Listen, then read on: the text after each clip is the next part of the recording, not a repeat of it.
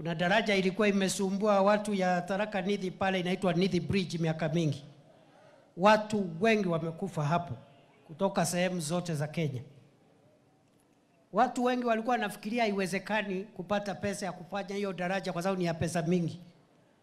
Lakini simsikia jana tumenyorosha hiyo maneno, sasa hiyo mambo ya Nithi tunatengeneza.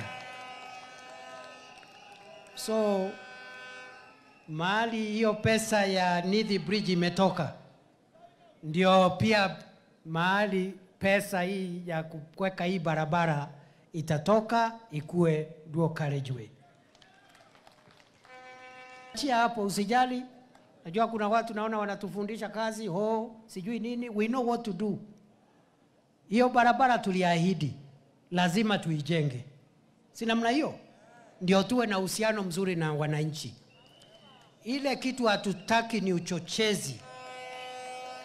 Kwa sababu wakati tumesema tutajenga hiyo barabara, hatukusema tutajenga kwa wiki moja ama mwezi moja ama miezi miwili. Tulisema mtuchague between 2022 2027 tutafanya barabara.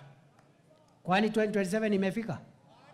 Kwa sababu profesa huyu ni kijana yetu, na tuko sawa kwa hii kipindi tukiungana pamoja na rais wetu wa Kenya, na ninataka kumwambia tunaendelea barabara mzuri. Yale ambao naibu wa rais umesema hapa, inaonekana ya kwamba huduma ambao wafanyikazi wanafanya kupitia hii sekta ya kahawa inaendelea vizuri.